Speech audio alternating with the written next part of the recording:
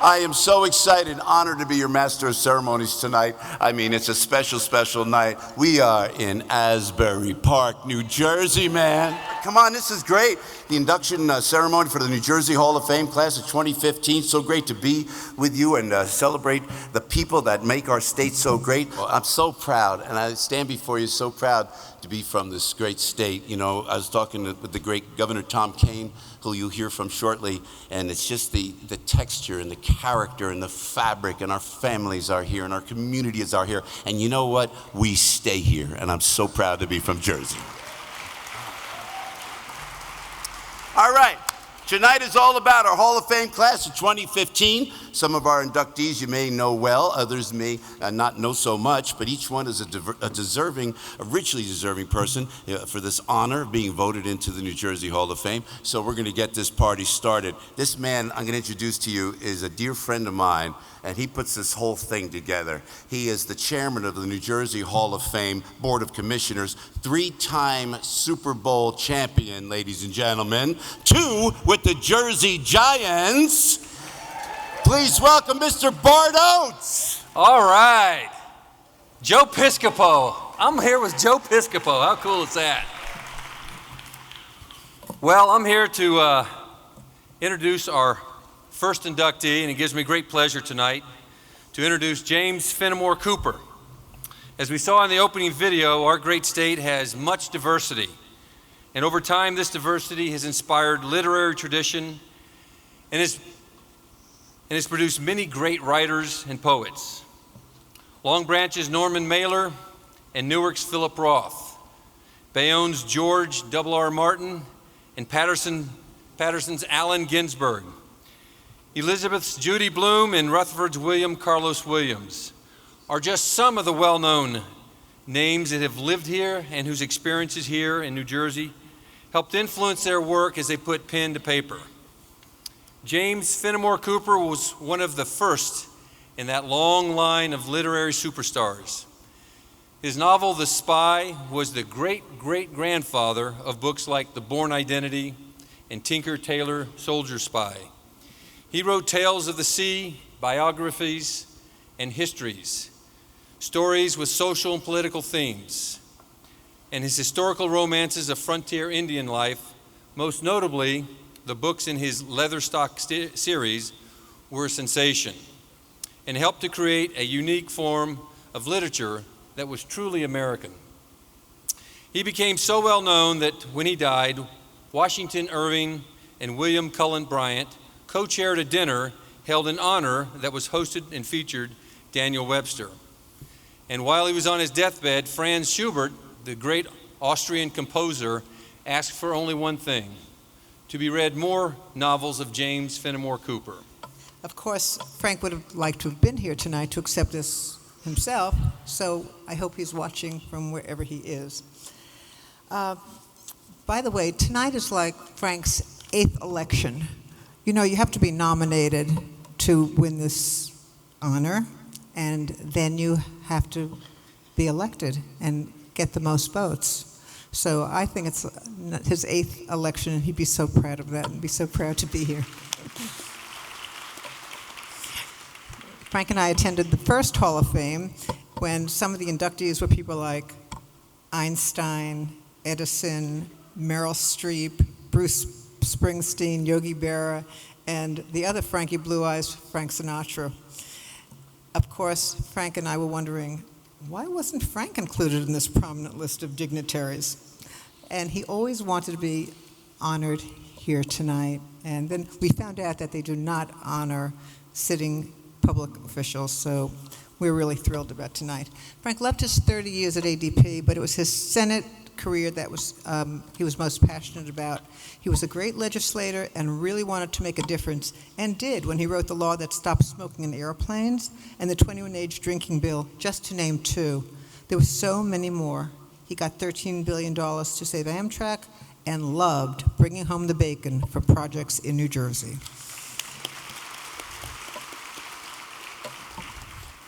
Thank you, Amberly Gilroy, and all the staff of the New Jersey Hall of Fame. Thank you once again, Governor Kean, for being here tonight. You are so gracious, and it really means so much to us that you are here tonight, to the family. On behalf of the entire Lautenberg and Engelbart families and all the Lautenberg alumni who are here tonight, thank you to Harlan Coben and Absentia for nominating Frank, and a big thank you to everybody who voted for him to have him inducted into the 2015 New Jersey Hall of Fame. Thank you very much. Ellen? Hi, I'm Ellen Lautenberg, Senator's oldest daughter. I'm here tonight with my brother and sister are also here, so I'm representing the Lautenberg children. And my dad would have been thrilled to have been here. As Bonnie said, thank you very much, Governor Kane. He was a big fan of yours as well. And I just want to say he would have loved to mix and mingle with all of you, and he loved the great state of New Jersey. So thank you so much. Good evening. I'm here to introduce my good friend and former college teammate, Christy Rampone. Christy is a member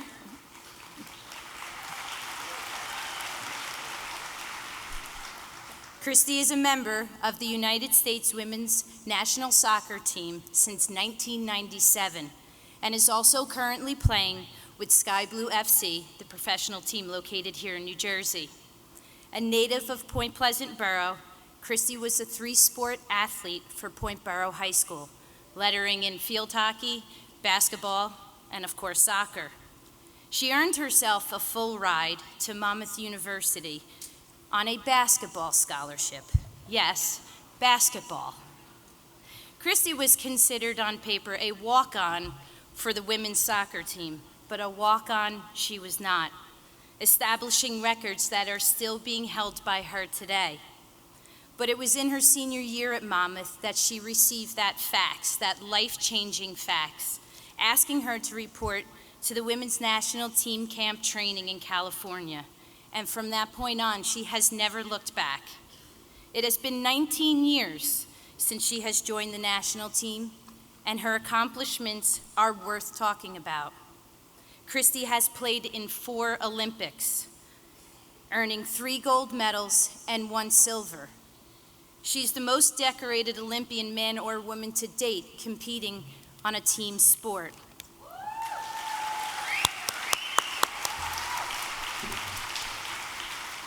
She has also earned 2 World Cup gold medals, 1 silver and 1 bronze.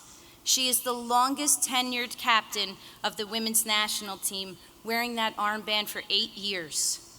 She has racked in an impressive 315 caps playing on the national level, and that is just her day job. Christy is also a wife for 14 years to her husband, Chris, and a mom to her 2 beautiful daughters, Riley, who is 10, and Reese, who is 6.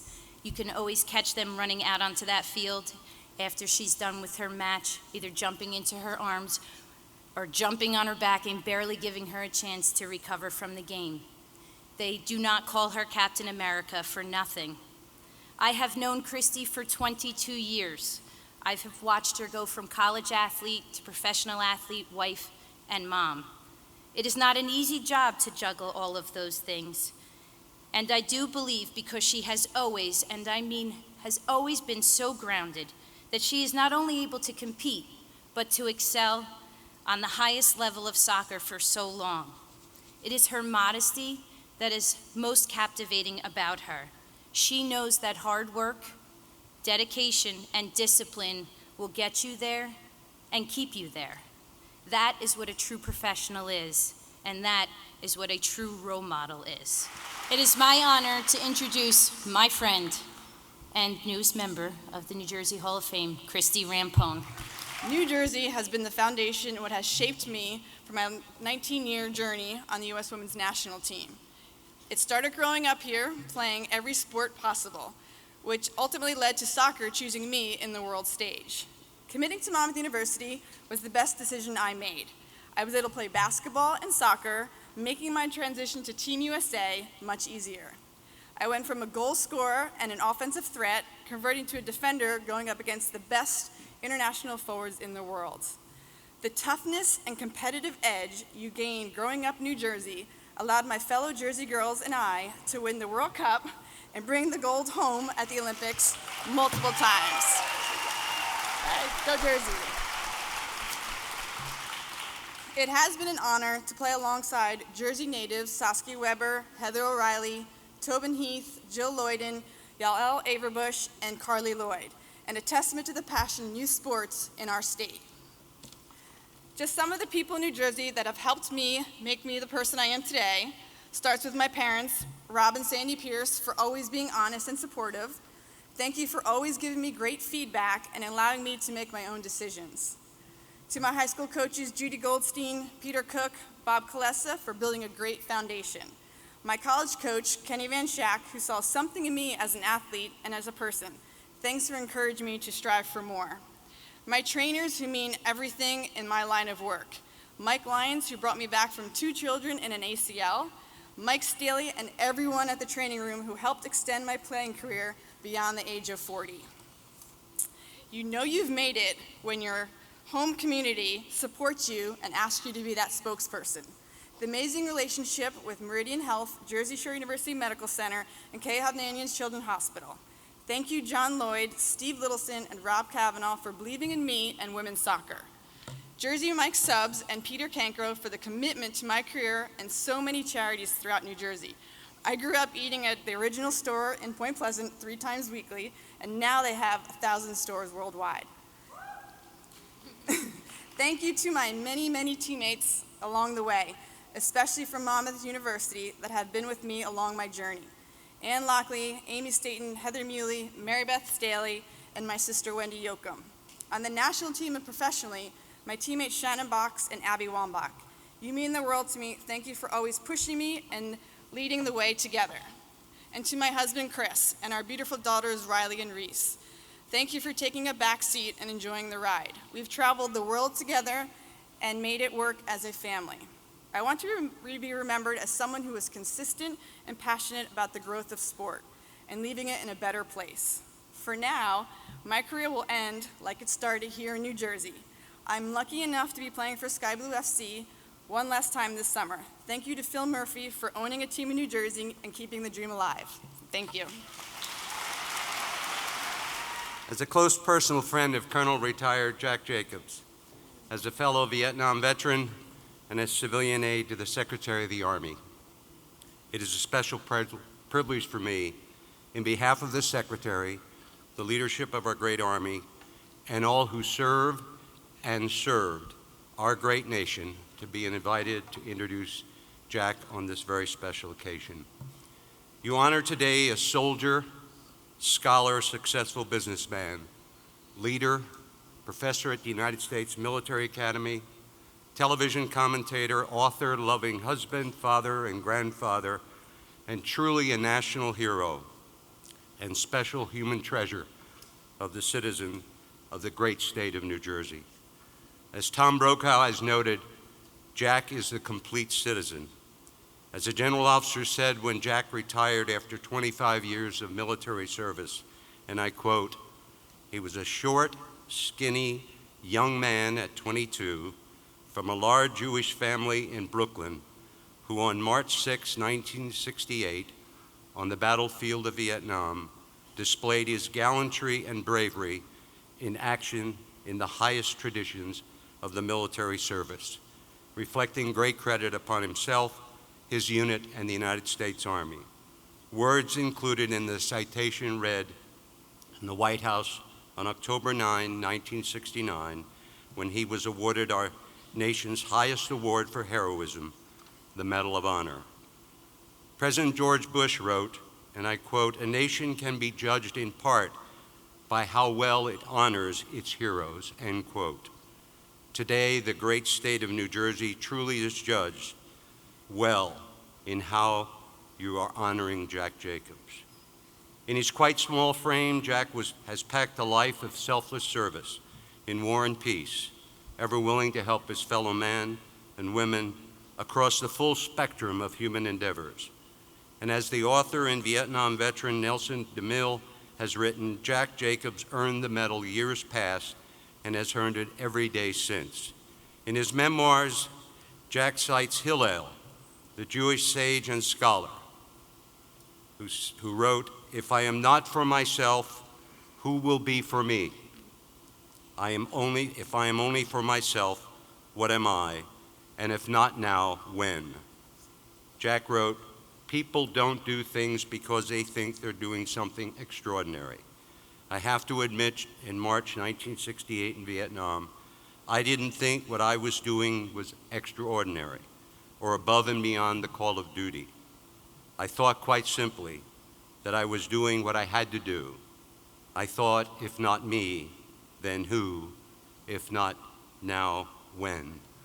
Ladies and gentlemen, please join me in welcoming the newest member to New Jersey Hall of Fame, Colonel Jack Jacobs, for his conspicuous gallantry above and beyond the call to duty in the line of public service. Welcome, Jack. I hope you can see me because I can't see you at all. Well, I'm delighted to be here, but as most people who are my age would tell you, they're delighted to be just about any place. I'm up here at least partially because all the votes I received from my family and my friends, but I don't have very many of those. And so there are lots of people who voted who don't know me very well. And an enormous number of people who voted who don't know me at all, had no idea who I was, and thought they were voting in a primary race, and they're trying to get rid of Trump and Sanders. They voted for me instead.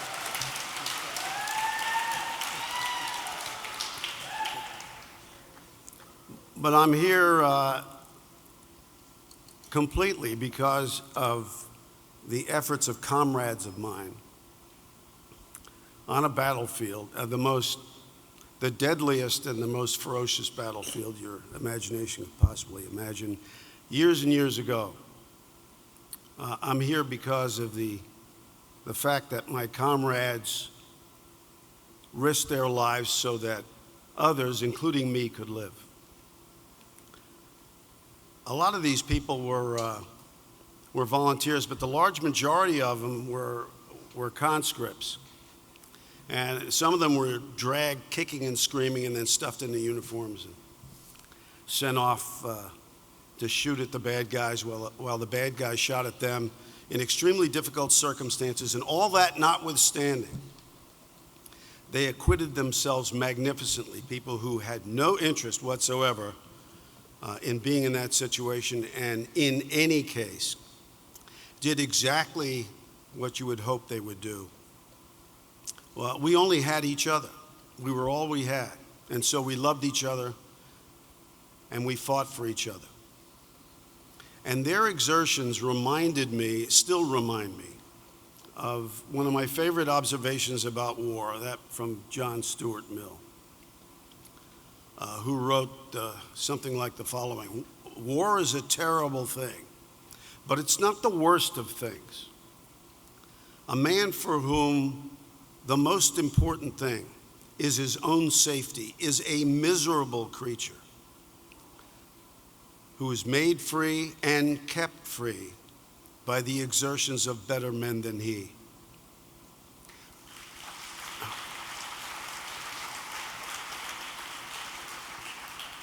I think all the time about my comrades, and those who survived write me notes and say they think about me as well.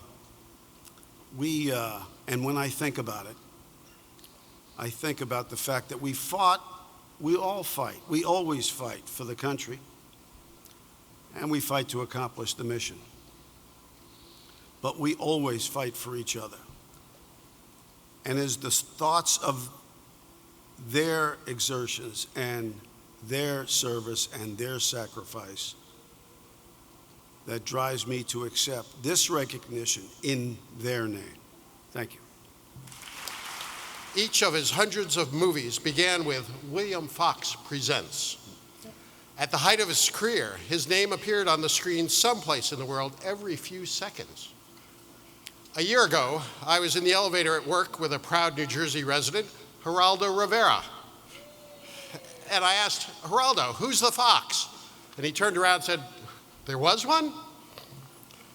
Until recently, few of us at Fox News Channel knew anything about our namesake. And William Fox's extraordinary contributions to the motion picture and news gathering industries would be nearly forgotten but for tonight's event, last year's exhibit by the Fort Lee Film Commission, and my own little pop-up museum at work. It surprised many of my colleagues that the first Fox News was a silent newsreel launched in 1919 as the mightiest of all.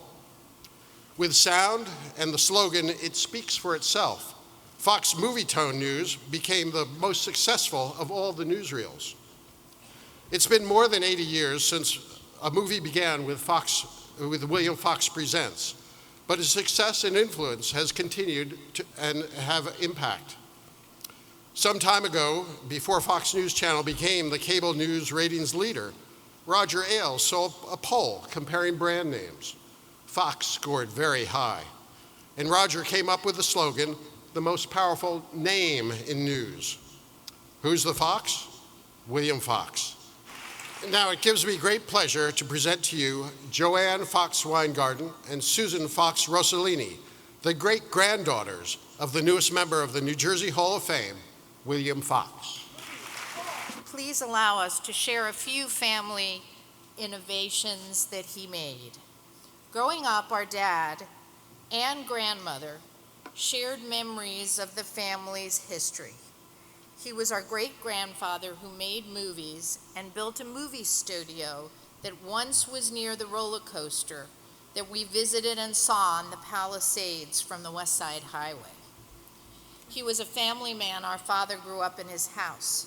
On February 1st, 1915, he formed Fox Film, financed 50% with him and 50% with an insurance and banking money provided by three families of Newark, New Jersey, and a small New Jersey investment bank. The first studio, as the video said, was here in Fort Lee, and then the company moved west to California. In 1925, he formed Fox Theaters, relying on his wife Eva Fox to decorate many of them, being concerned with patrons' comfort and overall experience. In 29, he owned more than 1,000 theaters. Eva Fox also was an integral part of the business since she read all the scripts and picked those that were filmed. In 26, in collaboration with Ted Case, he developed and introduced the sound on film technology we use today that has become the industry standard. Fox's Movietone News was shown in a theater for the first time in 27, becoming a preeminent newsreel and the way Americans got their news, even back then. It had the original embedded reporters, and in 28, his film Old Arizona became the first talkie to be filmed outdoors and grossed $500,000. In 1930, while the threat of TV loomed, he even developed the 70mm grandeur widescreen technology and the early predecessor to Technicolor. As noted in an academic article aptly entitled, "Searching for the Forgotten Movie Mogul," William Fox truly had foundational contributions to the art, technology, and business of movies. So tonight, we are deeply touched and proud.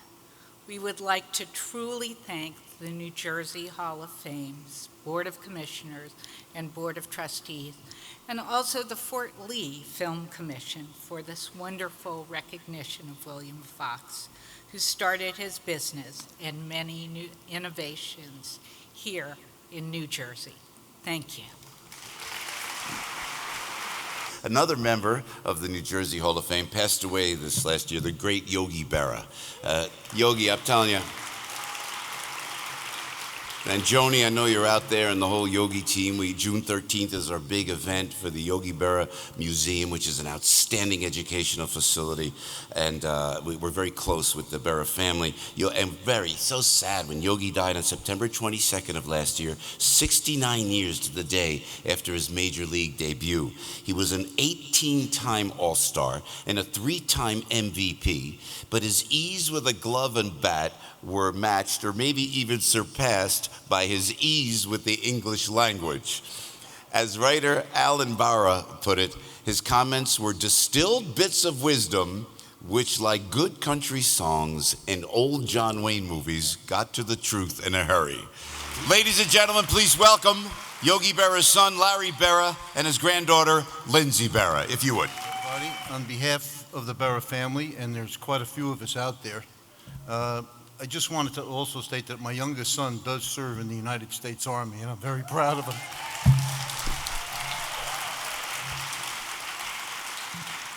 And to steal a line from one of my favorite announcers, he's out here, by the way, when you get into the New Jersey Hall of Fame, it's awesome, baby. It's my daughter, Lindsay. My grandpa Yogi was a war hero. He was a brilliant linguist, obviously. He was one of the greatest baseball players to ever play the game, but more important than any of those things, he was just a good man. I think the best man, but maybe I'm a little bit biased. He was decent and humble, proud and confident, but he had no ego at all. When he spoke to you, no matter who you were, he had a way of first making you laugh and then making you feel like you were the most important person in the world. And I know he left this world a much better place than he found it. As you saw in the video, my grandpa was very passionate about education and working with kids and teaching the 20,000 of them we see each year at the Yogi Berra Museum and Learning Center the values that baseball taught him. Grandpa would be thrilled that the New Jersey Hall of Fame is embracing those same values with its educational mission, and their inaugural Arete scholarships are a wonderful demonstration of that mission, although I am quite certain that Grandpa would have thought Arete was a Dominican Yankee prospect with a good curveball. To award the inaugural Arete scholarships from the Hall of Fame, it is my pleasure to introduce the President of the New Jersey Hall of Fame Foundation Board of Directors, Steve Edwards, and the President of the New Jersey Education Association, Wendell Steinhauer. My name is Steve Edwards, President of the Hall of Fame Foundation Board. Welcome to the 8th Annual Induction Ceremony. And I'd be remiss if I didn't say, how about it for Maria Chapek, Gail Gordon, Amber Lee, Teresa, and everyone else involved in planning this event. Our Board of Commissioners, our Foundation Board, there is so much work that goes into these events that you don't see, and we're very grateful. The Jersey Hall of Fame was created by legislation in 2005 to honor our state's most distinguished citizens and to send a message to children that they can and should strive for excellence in any endeavor of their choosing. By presenting significant and powerful role models, the Hall of Fame serves as a source of learning, inspiration, and hope for all the youth of New Jersey. As part of that mission, we're thrilled this year to award our first $5,000 Arete scholarships. The word arete is a concept that Plato referred to more than 3,000 years ago. It essentially means that man has the potential to actualize their highest sense of self, that all of us should strive to pursue our passions in life and do what we can to realize our dreams, regardless of the circumstances or the adversities we're likely to face in the path of life. The recipients of the Arete Scholarship this year and every year will be young people who demonstrate a sense of Jersey pride and the willingness to go above and beyond in their quest to pursue their dreams. They must show academic engagement, moral character, and a commitment to their community. They do not necessarily have to be at the very top of their school class from an academic standpoint, but should demonstrate a focus in school and life and have a well-thought-out plan on how they intend to realize their highest sense of self, their arete. Wendell?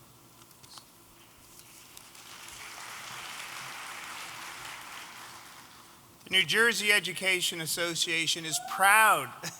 There's a few of them out there. There's proud to partner with the New Jersey Hall of Fame to select the winners of the inaugural Arete scholarships. Seniors from all over the state were invited to apply. In addition to their academic record and activities both in and out of the school, applicants were asked to talk about how they deal with adversity and how they demonstrate the concept of arete in their lives. They were asked to submit letters of recommendation from teachers, coaches, mentors, and community leaders. They also had to pick a member of the New Jersey Hall of Fame and explain how they identify with that person's life experiences. And of course, they had to explain how they demonstrate New Jersey pride. The selection panel included executives from the Hall of Fame, the New Jersey Education Association, the New Jersey Principals and Supervisors Association, the New Jersey Insurance Group, school counselors, and other Hall of Fame supporters such as Eric LeGrand, Karen LeGrand, and Norris Clark from the Princeton Strategic Consulting Group, the Hall of Fame's social media consultant. So without ado, and I'm sure there's a drum roll somewhere in here, please join me in welcoming our two inaugural Arete Scholarship winners, Madeline Bound and Salvatore Campbell.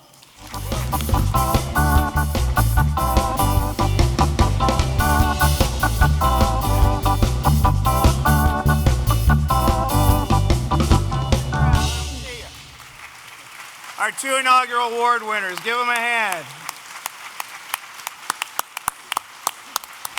I have the distinct honor and privilege to introduce Carla Harris, this year's unsung hero. This recognition is so fitting for Carla, and not because she is unrecognized or unacclaimed as an accomplished professional. The national media has routinely recognized Carla for her many outstanding achievements. She has been cited on various most powerful and most influential lists in business and industry. In banking, Carla is known as a competitive, tough, and skillful dealmaker and has been involved in a number of groundbreaking transactions.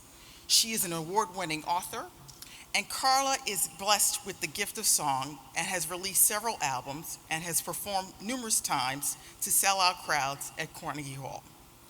Carla is a highly sought-after speaker and has inspired many with the wisdom of her pearls. But it is Carla's passion for serving others that has not been celebrated in the way that her professional accomplishments have been. Through Carla's words and deeds, she has consistently demonstrated an unselfish willingness to share her time, talents, and treasure to benefit others. Carla has served on a number of nonprofit boards focused on important issues as eradicating poverty and hunger and providing high-quality access to disadvantaged individuals. She pursues these activities with the same passion and zeal that she does in her professional career. Ladies and gentlemen, it gives me great pleasure to present to you the newest member of the New Jersey Hall of Fame, my friend and New Jersey's own Carla Harris. God is good all the time, and all the time God is good. I want to congratulate all of my fellow honorees, and I want to thank all of the people that voted for me and for the committee, the commissioners that saw fit to honor me with the nomination. I also want to thank Gail Gordon for all of her diligence, yes,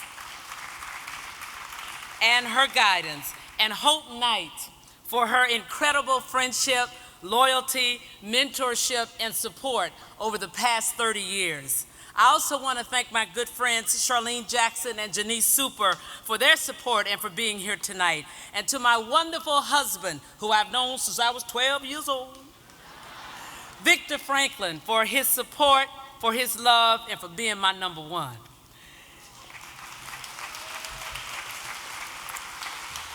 It is indeed a blessing to be recognized in this way, and let me say that while my professional journey has had its challenges and rewards, the journey has been incredibly valuable, for it has yielded lessons and pearls that have enabled me to empower others. This professional platform as a banker has also given me the ability to count it as a privilege and an honor to be able to serve others philanthropically with my time, my talent, and my treasure. You see, ladies and gentlemen, there is no greater honor than any of us could have than to give of oneself for another. In fact, I believe that each of us is here on this earth with a purpose, and that purpose is to use that specific gift that has been given to you in pursuit of helping others. Extending your purpose to help others creates a multiplier effect on your life, and it is what takes your life from success to significance. It has been a joy.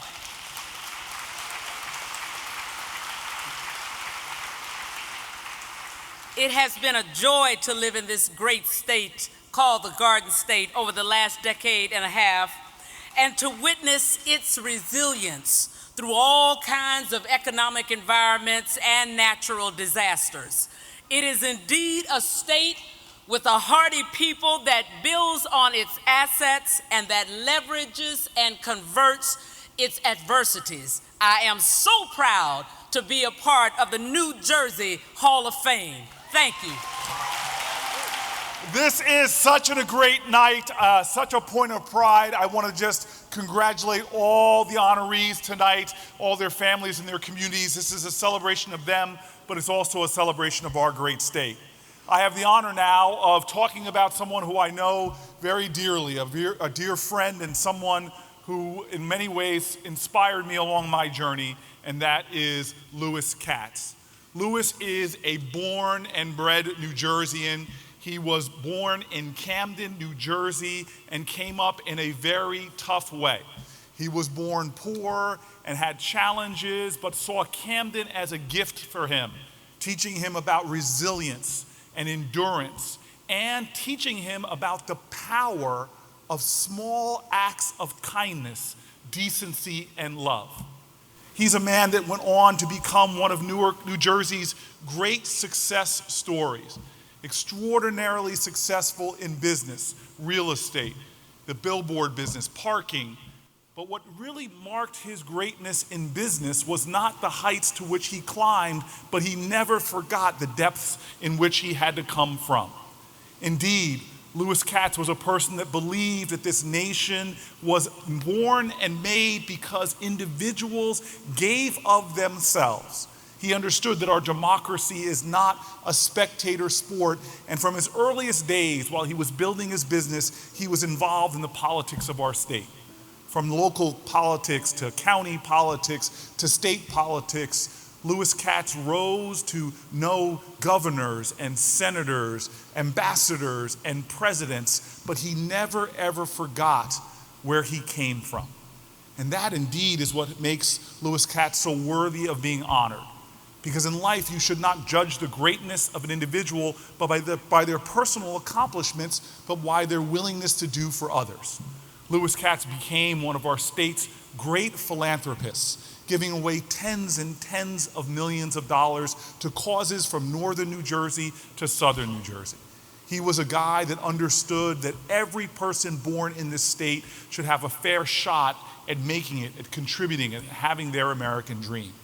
His philanthropy is seen as investment in education, in mentoring programs, in boys and girls clubs, in founding schools in Camden, in looking after Jewish causes, and indeed, he was such a believer that everybody is needed that he gave to many different causes. In fact, I think he might be one of New Jersey's few Jewish citizens who was the honorary member of a black Christian church.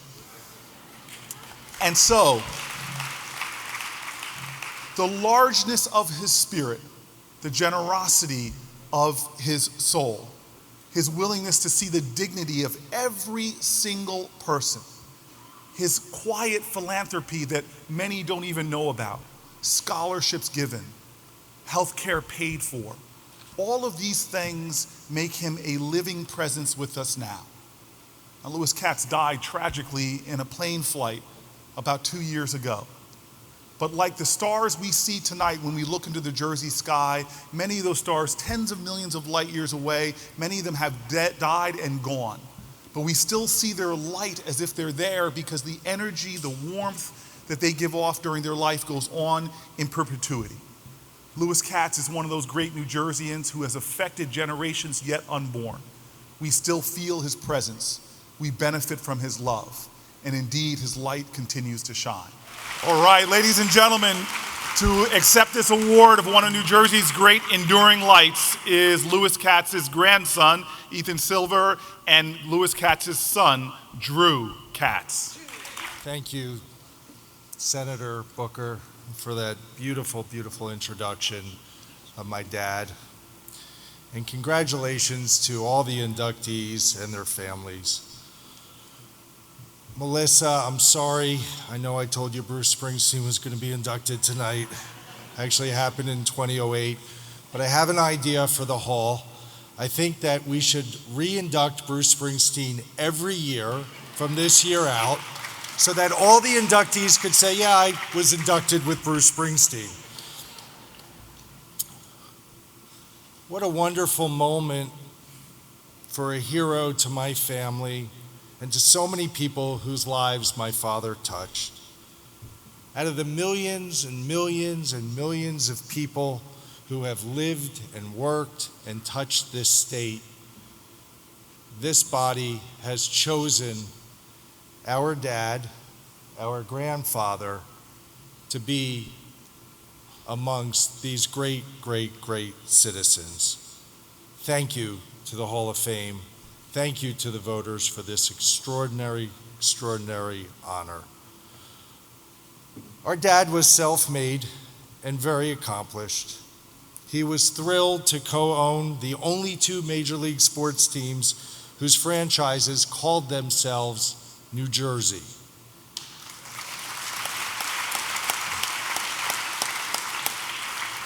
He was so proud to have taken the Nets from one of the worst teams in the league to Eastern Conference champions 2 years in a row before he and his partners sold the team. He was so proud to have brought a Stanley Cup to New Jersey. Even though I'm not supposed to know this, my dad would be tickled to know that he got more votes than Derek Jeter for the Hall of Fame. A lot more votes. So the video you just saw did a good job capturing some of my father's accomplishments in business and philanthropy. But if truth be told, Lewis Katz was in our Hall of Fame decades ago. Both our parents modeled for Melissa and me what it means to give back. What the video did not show was the hundreds of lives that he touched, from waitresses without health insurance that he took care of with expensive cancer treatments, to the valet attendants and the Amtrak porters who would sit courtside at Nets games or on top of the dugout at Phillies games. What the video did not show were the thousands of kids who came through and who come through the Boys and Girls Clubs of Camden, who now have a safe place to play and learn and mentor and get a hot meal. What the video did not show was the lengths to which this Hall of Famer went to make sure that the charter school that he built would be staffed with extraordinary teachers. My dad would enjoy the spotlight tonight. He always did. But he enjoyed so much more watching the wonder and excitement of inner city kids from Camden and Atlantic City, Newark, attending their first Broadway show in New York. You see, our dad was a guy who truly believed we are only as strong as our weakest link, and he dedicated his life to bettering his birthplace, particularly its young people. Walt Whitman, one of the Hall of Fame's early inductees and a fellow Camden citizen, said, "A great city is that which has the greatest men and women." To my dad, Camden was, to my dad, Camden is a great New Jersey city. Dad, this year it's the New Jersey Hall of Fame. Next year we expect to hear about your induction into Heaven's Hall of Fame. We love you. We miss you. God bless you.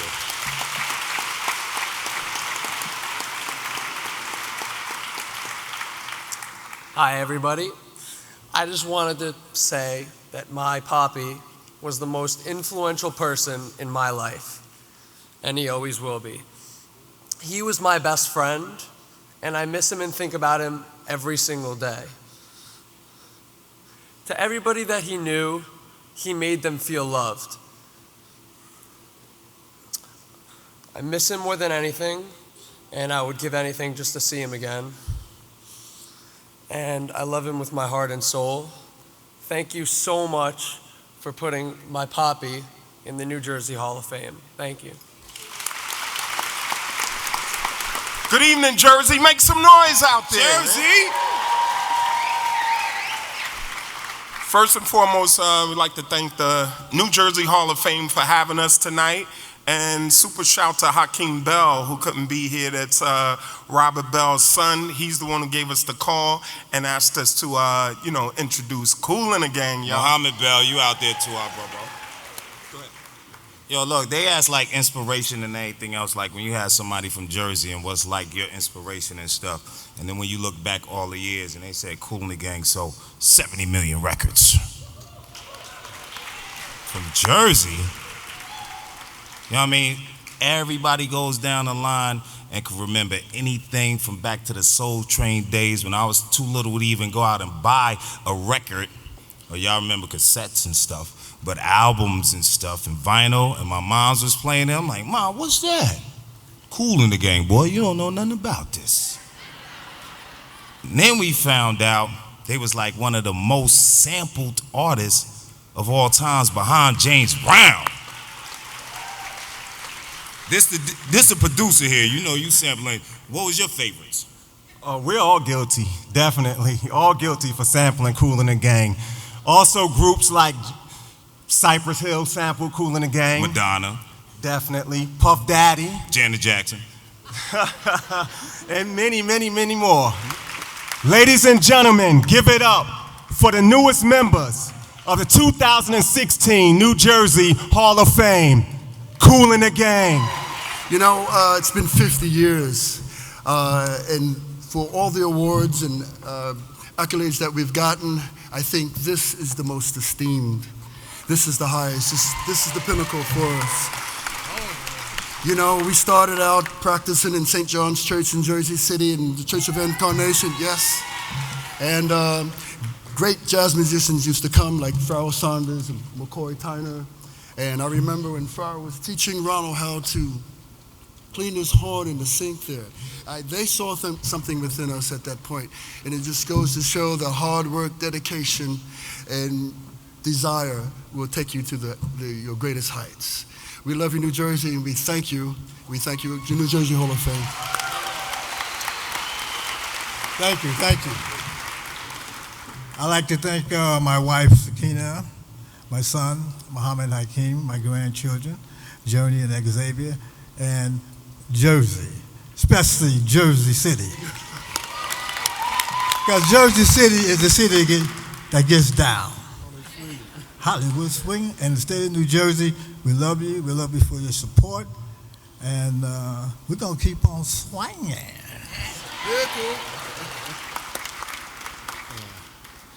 I wrote something down here, so I have to stick to the script. In 1964, we were a group of young teenage boys from Jersey City. We taught ourselves to play music by listening to the legendary jazz artists like Miles Davis, John Coltrane, Charlie Parker, and so many of them on their records. Our parents had little money for instruments or lessons, but it turns out that we grew up in Jersey City, in the great state of New Jersey. We had support from our town and from our schools, PS 22, 14, 12, and 11, and Lincoln High School.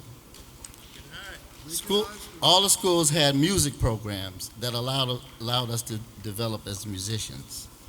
Our neighborhood supported us, as there were the Boys and the Girls Club in New Jersey and St. John's Church, as George mentioned, who allowed us to rehearse, and a couple of people allowed us to practice in their basements as well. Our city, Jersey City, was a melting pot of hustlers, a hustler's paradise, really. Gang related. We had dreams. Kool and the Gang was made in New Jersey, and we love and thank New Jersey Hall of Fame, and Kool was made famous in New Jersey. Thank you. Our original guitar player, Clayton Smith, his daughter and his eldest son, Hamid and August, are here today, and we'd like to acknowledge them.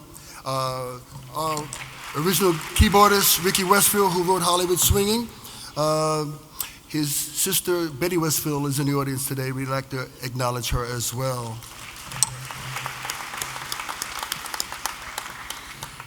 At this very moment, I have very different emotions. I'm excited and ecstatic, but I'm also sad because I miss my father. But I've gained these wonderful uncles that I'll have for the rest of my life. And the music that still lives on, that transcends through all generations. See, it's cool to have a dad that's a musician and gets to do it and support his family. It's cool to get to go to concerts, great adventures for free, get to go to different places, experience the music, be there while it's happening. You see, that year that their first album came out, I was born. So I like to think maybe me being born had something to do with it.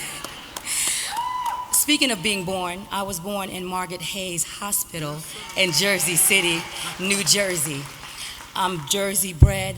I just would like to acknowledge my brother, who's also Jersey bred, and we have a younger brother who's also here, Justin E.G. Smith. So we are very proud of what my father has accomplished. But one thing I will say, it's cool to have sold 1 million records. It's cool to have made millions of dollars. It's cool to affect generations of people, even the new millennials, even the sound. It's cool to be the most sampled group on earth. But what's even cooler is my father could have lived anywhere. He visited everywhere, all over this world, but he chose to keep us in New Jersey. So I thank you, New Jersey Hall of Fame, for honoring my father. Thank you. What an unbelievable night, and just an incredible group of people. Cory Booker, is it too late to get into this presidential campaign? I don't know, might be a thought there, but this is really special, and I know how special this is to Dick Vitale, because Dick, believe it or not, this will be the 13th Hall of Fame that he's been inducted into. And he has said to me on a number of occasions, this is the one that's most important to him. And this from a guy, by the way, who's in the Naismith Basketball Hall of Fame as a television announcer and then as a regular contributor, just like the players or the coaches or such. So that's an incredible thing for him to state. A lot of people feel they know a lot about Dick Vitale as a professional, and you do, and you'll get a chance to see more in a moment. But I wanted to say a few things that you might not know. Not as exciting, but things that I think that are even more important. The first is when I met Dick Vitale back in 1986, he was starting a young family. His daughters were, I guess, almost teenagers about then, sounds about right. He and Lorraine with his daughters Sherry and Terry. And the first thing that impressed me was not what a great television performer he was, but what a tremendous family guy he was. How much time he spent with his daughters, even though we were at work and trying to cover a Final Four or something, he spent the most amount of time with his girls and with wife Lorraine. And also I should mention Lorraine because it's a cliche when you talk about the woman behind the man and all that stuff. We've heard that over and over again. This is truly the case in their marriage. Absolutely. And I mean, you think about it, this from a beautiful lady who stood at the altar with Dick and said, I do, and then hasn't had a chance to say another word since, probably. So, I mean, although there was the one time, Lorraine, I remember attending their 25th wedding anniversary, and they redid their vows, and when they came to for better or worse, Lorraine turned to the rest of us and said, and she's seen for better and for worse, and she likes for better a heck of a lot more. So we understood that without question. Dick Vitale, what he has meant to the college basketball world, you really can't put it down to numbers, but I'm sure the television world would like to, because he has raised millions of dollars the level of coverage that college basketball has gotten over the years since when he started with ESPN in 1979.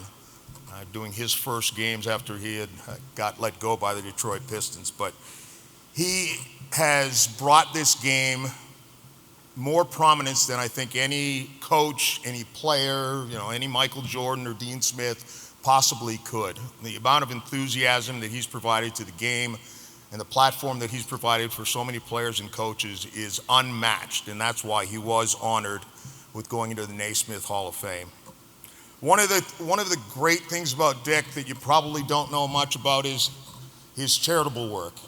We have a foundation named after Jim Valvano called the V Foundation, and Dick took it upon himself to branch off and raise millions of dollars. Last year alone, in one night, Dick's foundation raised over $10 million in one night for the V Foundation for cancer research.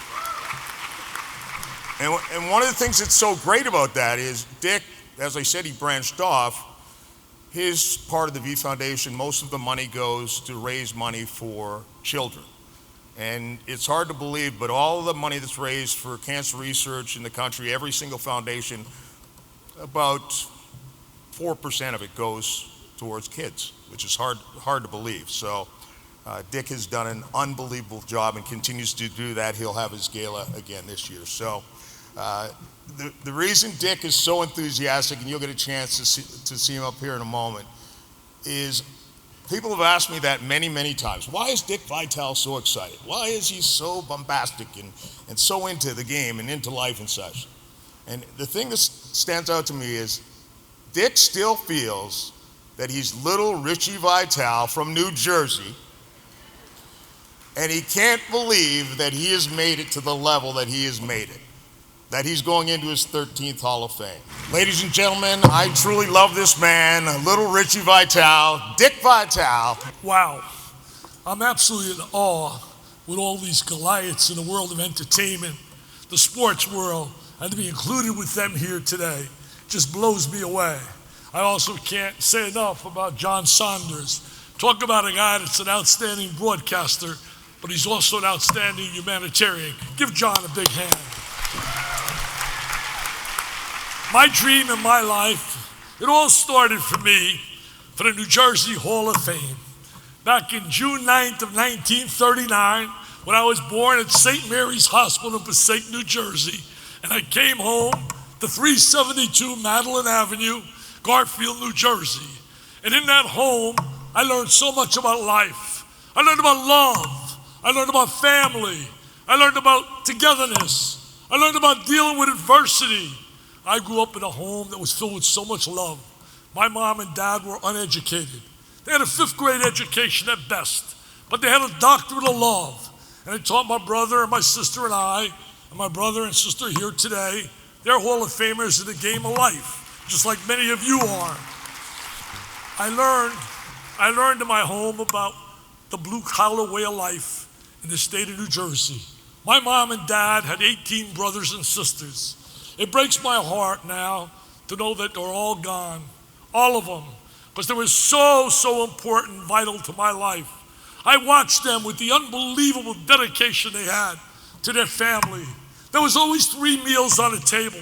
There was always advice. And they worked in factories. I haven't worked a day in my life. I have some of my executives here, vice presidents from ESPN, Mike Soltis and Josh Krulowitz, David Seisler, Scott Matthews. They're here. I thought they were bright guys, but they're not. Because if they were bright, they knew that I didn't need any cash. I would have worked for nothing at ESPN. You kidding me? Are you kidding me? Monday night, I'm sitting at courtside. Villanova, playing that great game with North Carolina. And I'm getting paid when the night ends. I get the best damn seat in the house, and I'm getting paid on top of it. That's stealing money, man. My mother and father worked. My dad pressed coats. The more coats he pressed, the more money he made.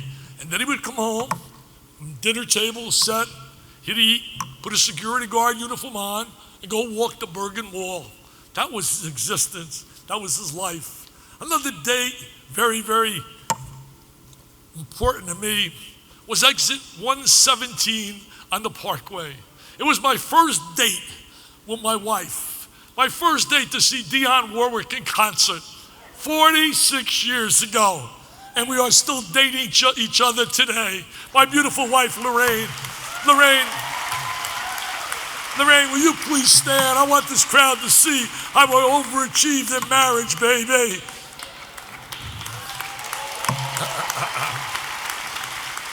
I learned two things growing up as a child from my mother and father.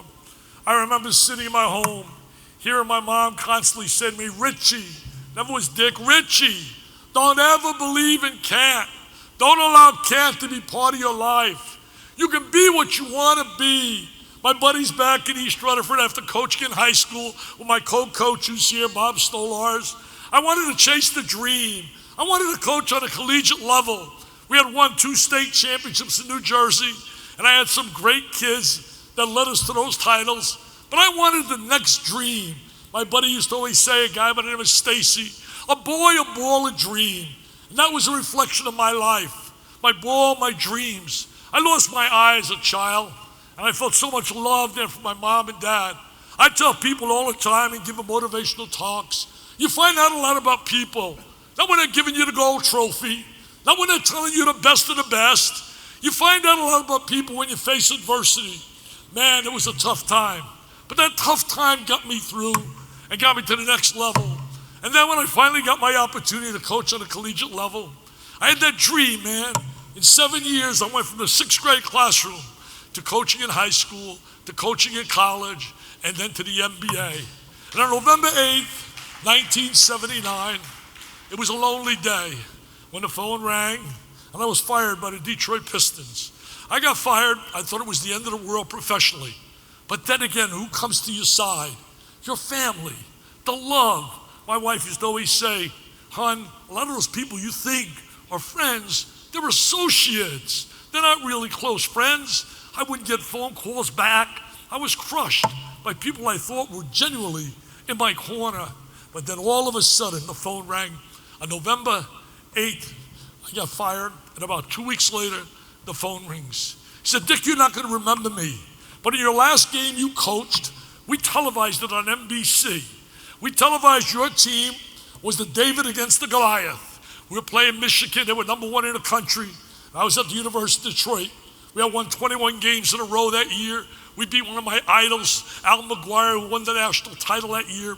And we had a good team. And we're in the NCAA Sweet 16. And we were in a battle, and NBC decided to televise our game. And on a practice session, I couldn't believe it. The day before the game, I looked at the crowd, and I saw I couldn't believe it. John Wooden, the Wizard of Westwood. I looked again, Kurt Gowdy, superstar broadcaster, Emmy Award winner. I couldn't believe they were there.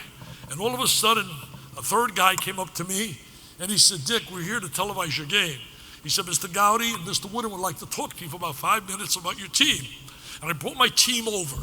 Little did I know that this little 5-minute speech was going to change my life, because I gave them a speech about greatness. I said to my team, I want to define greatness. This is greatness in front of us. 10 national championships, Coach Wooden, the Pyramid of Success. I was so proud to be the first recipient of the John Wooden Pyramid of Success Award. And I said, Kurt Gowdy, I'm a baseball lover. The World Series, I hear your voice. And I gave that little talk. Well, 2 weeks after I was fired, the guy called me up and he said, Dick, I was the third guy with Coach Wooden and with Kurt Gowdy.